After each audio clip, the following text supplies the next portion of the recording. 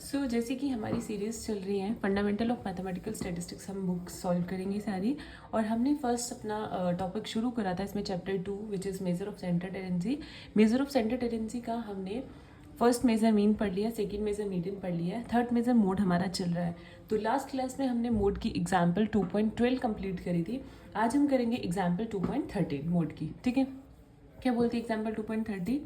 देखो, बोलते हैं the median and the mode of the following wage distribution are known to be 3,350 and rupees 3,400 respectively. Find the values of F3, F4 and F5. आपके पास median and mode आपको एक veg distribution का known है, मतलब आपको median भी दिया है और मोड भी दिया है। ठीक है, रिस्पेक्टिवली आपने मिसिंग फ्रिक्वेंसीज फाइंड करनी है। कुछ फ्रिक्वेंसीज ऐसी हैं जो आपके पास गिवन नहीं है। ठीक है, हमें ये फ्रिक्वेंसीज फाइंड करनी है। तो सबसे पहले आपके पास डेटा गिवन होगा। डेटा में क्या आपको क्लास इंटरवल्स में गिवन है। देखो 0 to 1000, 1000 to 2000, 2000 to 3, 3 to 4, 4 to 5, 5 to 6, 6 to 7। यहाँ तक क्लियर। आपके पास उनकी फ्रिक्वेंसी भी गिवन है, number of employees which is 4, 16। देखो F3, F4, F5 ये हमें खुद फाइंड करनी है। ठीक है, लेकिन उसने फ्रिक्वेंसी का टोटल दिया है विच इज जिसको हम कैपिटल N लिखते हैं या तो सबमिशन ऑफ FI लिखते हैं, वो मैंने आपको बताया है।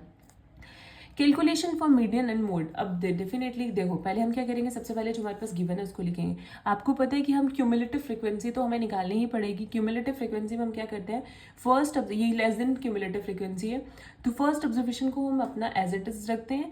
उसके बाद सेकेंड ऑब्जर्वेशन में आपको पता है ये 4 + 16 20 आ जाएगा, फिर 20 प्लस नेक्स्ट टर्म उसमें ऐड करते जाते हैं, दैट इज 20 + F3। फिर 20 + F3 में नेक्स्ट टर्म ऐड करेंगे F4, 20 + F3 + F4। फिर F4 में नेक्स्ट वाली ऐड होगी F5, F5 में नेक्स्ट ऐड होगी 6। तो वैसे ही हम नेक्स्ट तक करते जाएंगे। लास्ट में N की वैल्यू क्या आएगी, 30 + F3 + F4 + F5। देखो आप चेक भी कर सकते हो लास्ट में इसको वेरीफाई करने के लिए कि आपके पास जो भी F3, F4, F5 की वैल्यू आएगी क्या वो ठीक है या नहीं। कैसे कि चेक कर पाओगे, देखो जो भी F3, F4, F5 की वैल्यू आएगी उन सबको सम करके आपके पास 230 आना चाहिए, क्योंकि क्यूमुलेटिव फ्रीक्वेंसी में लास्ट ऑब्जर्वेशन की जो वैल्यू होती है वो हमेशा हमारी टोटल फ्रीक्वेंसी होनी चाहिए। ठीक है सॉरी।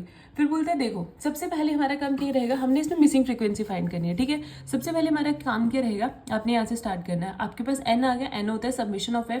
सबमिशन ऑफ F की वैल्यू आपके पास ये आ जाएगी। ठीक है, विच इज वो किसके इक्वल, आपके पास 230 के इक्वल दे रखी है। तो देखो F3 + F4 + F5 और 30 को उस साइड ले जाएंगे, 230 - 30 विच इज इक्वल टू 200 आ जाएगा। ये आपके पास F3 + F4 + F5 की वैल्यू आई। ठीक है, ये इक्वेशन मार्क कर देना। आपने यहाँ स्टार लिया, आप कुछ भी लिख सकते हो, इक्वेशन 1, 2, 3 जो भी आपको समझ आए, ठीक लगे। ठीक है, नोटेशन ऐसे नहीं देनी, मैं आपको इसलिए बोल रही हूँ जब आप बुक पढ़ो तो आपको ईजी लगे, आप इन चीज़ों को देख के कन्फ्यूज ना हो। सिंस मीडियन इज, अब हमारे पास गिवन क्या है, हमेशा गिवन जो दिया होता है उसकी हेल्प लेते हैं। हमारे पास गिवन क्या है, मीडियन गिवन है विच इज 3,350। और देखो since median is 3,350 which lies in the class 3,000 to 4,000। अब देखो मीडियन की वैल्यू है 3,000 to 4,000। मीडियन आपकी कौन सी वैल्यू होती है, एक्स वैल्यूज होती है, पता है ना आपको, एक्स ऑब्जर्वेशन वाली। क्योंकि हमारी जो भी वैल्यू आती थी हम देखते थे एक्स क्यूमुलेटिव फ्रीक्वेंसी में वो कहाँ लाई कर रही है और उसके कॉरेस्पॉन्डिंग जो एक्स की वैल्यू होती थी आपका मीडियन वो बनता था। तो सिमिलरली यहाँ पे भी देखेंगे मीडियन ही, उसने मीडियन की वैल्यू आपको 3,350 दे दी है। तो हम अपने ऑब्जर्वेशंस में देखेंगे, मतलब क्लास इंटरवल्स में देखेंगे कि 3,350 कहाँ लाई कर रहा है। फर्स्ट में नहीं, सेकंड में नहीं, थर्ड में नहीं, 3,350 है। तो डेफिनेटली वो आपके इस वाले क्लास इंटरवल में 3,000 to 400 वाले क्लास इंटरवल में लाई कर रहा है। तो हमने क्या लिखा, since median is 3,350 which lies in the class 3,000 to 400, यहाँ पे लाई कर रहा है ना। सो 3,000 to 400 ही हमारी मीडियन क्लास बन गई। ये हमने क्यों निकाली, क्योंकि हमें पता है मीडियन का जो फॉर्मूला है उसमें हमें लोअर लिमिट भी चाहिए, अपना क्यूमुलेटिव फ्रीक्वेंसी भी चाहिए। तो वो हम तभी निकाल पाते हैं अगर हमारे पास मीडियन क्लास हो। और मीडियन क्लास कैसे देखते हैं मैंने आपको बता दिया। ठीक है, now comes on using the median formula. Median formula लगाएंगे विच इज आपको पता है वो किसके इक्वल होता है, median is equal to L + H/F N/2 - C। इन फॉर्मूलाज को अच्छे से लर्न कर लो, ये बहुत ज़्यादा आगे यूज होने वाले हैं। ठीक है, ये आपको भूलने नहीं चाहिए। अब आपको इसमें सबसे पहले लोअर लिमिट चाहिए। लोअर लिमिट के लिए आपने अपनी मीडियन क्लास चूज कर लिया, दैट इज 3,000 to 400। आपके पास जो 3,000 है वो आपकी लोअर लिमिट का काम करेगी विच इज H। H क्या होता है, दोनों के बीच का डिफरेंस। 3,000 to 4,000 के बीच का डिफरेंस कितना है, 1,000। क्लियर। आपके पास F क्या होती है, फ्रीक्वेंसी, उसी मीडियन क्लास की फ्रीक्वेंसी कितनी है। ये वाला F क्या होता है, सेम जो मीडियन क्लास आपने लिया है उसी मीडियन क्लास की फ्रीक्वेंसी। तो वो आ गया आपके पास F4। n/2, n आपके पास कितना है 230, टोटल तो दिया ना उसने n का, बस आपने 230 को 2 से डिवाइड करना है विच इज 115। उसके बाद बोलता है माइनस क्यूमुलेटिव फ्रीक्वेंसी। आपको पता नहीं ये सी क्या होता है, ये आपको याद होना चाहिए। यहाँ आपको मेंशन नहीं करा होगा कि क्यूमुलेटिव फ्रीक्वेंसी प्रीवियस क्लास की होनी चाहिए। ये आपको मैंने स्टार्टिंग में जब फॉर्मूला एक्सप्लेन करा था, मैंने आपको तभी एक्सप्लेन कर दिया था। तो ये क्यूमुलेटिव फ्रीक्वेंसी होती है प्रीवियस क्लास की। तो प्रीवियस क्लास की क्यूमुलेटिव फ्रीक्वेंसी हमारे पास क्या है 20 प्लस F3। देखो ना 20 प्लस F3 F4 आपकी इस क्लास की क्यूमुलेटिव फ्रीक्वेंसी है, और उसकी उसकी प्रीवियस क्लास की कितनी है 20 प्लस F3। तो वो आ गया आपके पास 20 प्लस F3, ठीक है। और देखो अब इसको बस आपने इसको कुछ नहीं करना है, सिंपल इसको आपने क्या करना है सॉल्व करना है। देखो यहाँ इनमें सॉल्व करके लास्ट में आपके पास वैल्यू आएगी 95 माइनस F3 अपॉन F4। अगर आपको इस वाली कैलकुलेशन में भी कोई प्रॉब्लम आती है तो आप मुझे वहाँ पे बता सकते हो कमेंट करके। अभी मैं बुक में आपको सॉल्व करके नहीं दे सकती यहाँ पे। हाँ, अगर आपको आती है प्रॉब्लम कि मैम हमें नहीं समझ आ रहा है ये कैसे सॉल्व करके वैल्यू आई, सिंपल है, कुछ नहीं है, मैथमेटिक्स के स्टेप्स हैं, तो मैं आपको करके दोबारा एक बार वीडियो पोस्ट कर दूंगी, लेकिन आपको बताना है, ठीक है। तो 95 माइनस F3 अपॉन F4, क्योंकि हमारे पास ना ही F3 की वैल्यू है ना ही F4 की है, ठीक है। तो इसको वैसे रखें, यहाँ से इक्वेशन बन जाएगी। इक्वेशन पता है ना कैसे बनाते हैं, तो यहाँ से हमारे पास इक्वेशन बन गई 0.35 F4 is equal to 95 minus क्या आ गया आपके पास F3, ठीक है। क्योंकि इसको सॉल्व करोगे आप, इसकी वैल्यू शायद ये निकल के आएगी 0.53, और F4 क्रॉस मल्टीप्लाई कर दी, दिस मल्टीप्लाई दिस और दिस मल्टीप्लाई दिस, तो यहाँ से आपके पास F3 निकल के आ जाए। किसी एक की वैल्यू बना लो, तो यहाँ से अगर F3 की बन रही है, क्योंकि F3 सिंगल है, तो F3 की बन रही है तो F3 की बना लो, वो बन जाएगी 95, ये वाली टर्म इस साइड आ जाएगी माइनस 0.5354। ये आपके पास नेक्स्ट इक्वेशन आएगी। जैसे कि इस इक्वेशन को फर्स्ट मार्क कर लो, इसको सेकंड मार्क कर लो, स्टार डबल स्टार एक ही बात है, ठीक है। अब सेकंड चीज क्या गिवन है, इक्वेशन है। अब सेकंड भी तो आपके पास मोड गिवन है ना, मोड से भी एक इक्वेशन बनेगी। इन दोनों इक्वेशंस को सॉल्व करके हमारे पास फ्रीक्वेंसीज आ जाएंगी।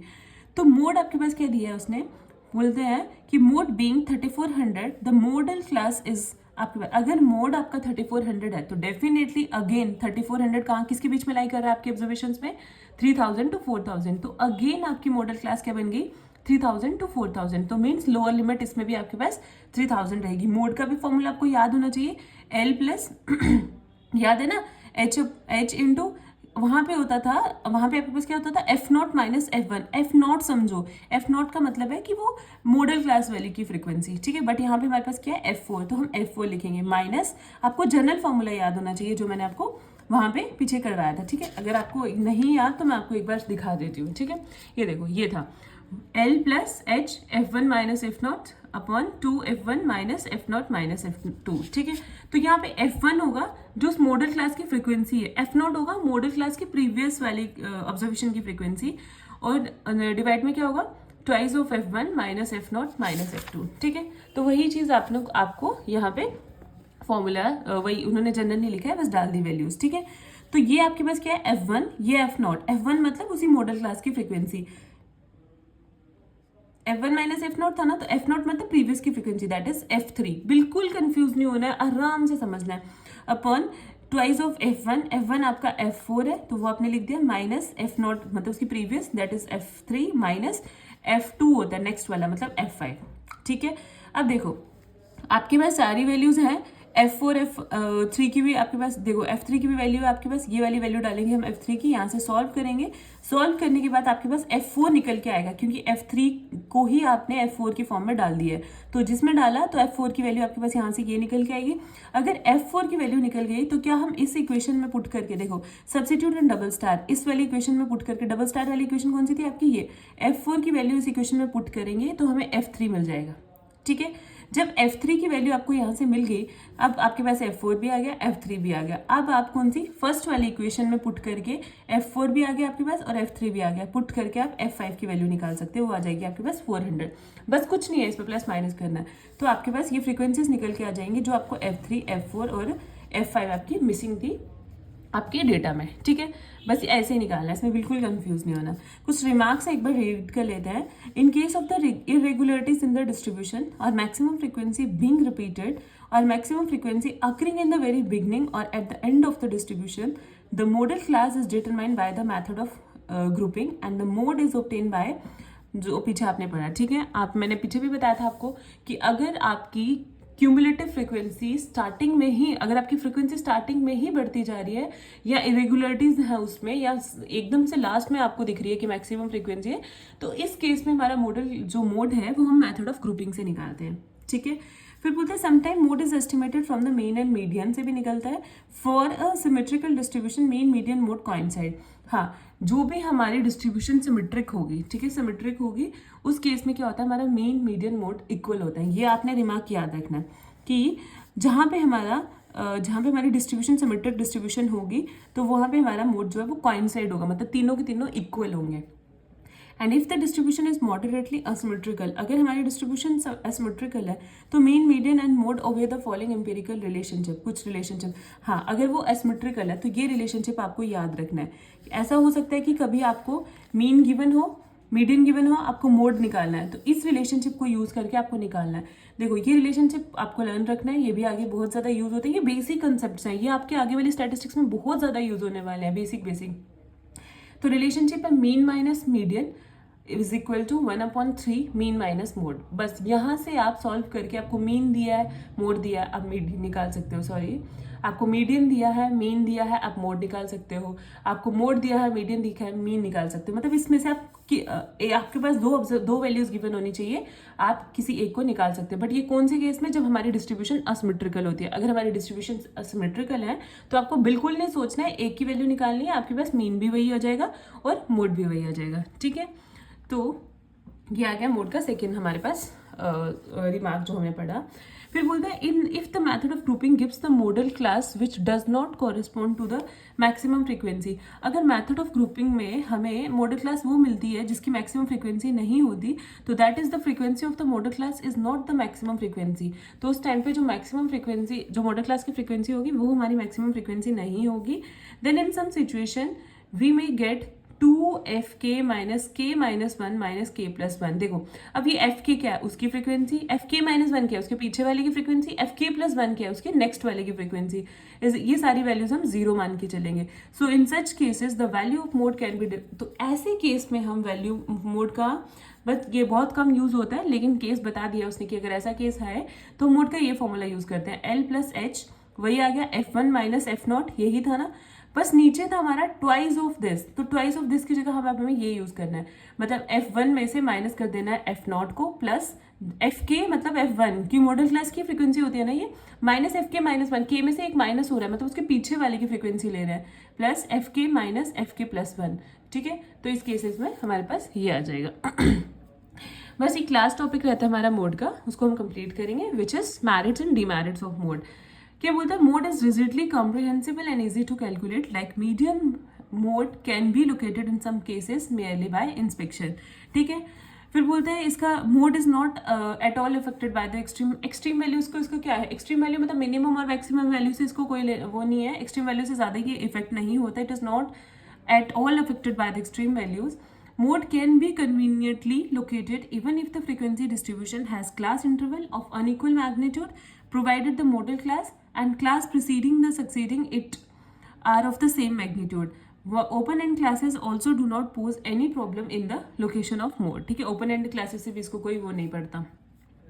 डिमेरिट्स क्या है, mode is ill defined, it is not always possible to find a clearly defined mode, ठीक है। ये इल डिफाइंड है, हमेशा पॉसिबल नहीं होगा कि क्लियरली एक डिफाइंड मोड को हम फाइंड कर सकें।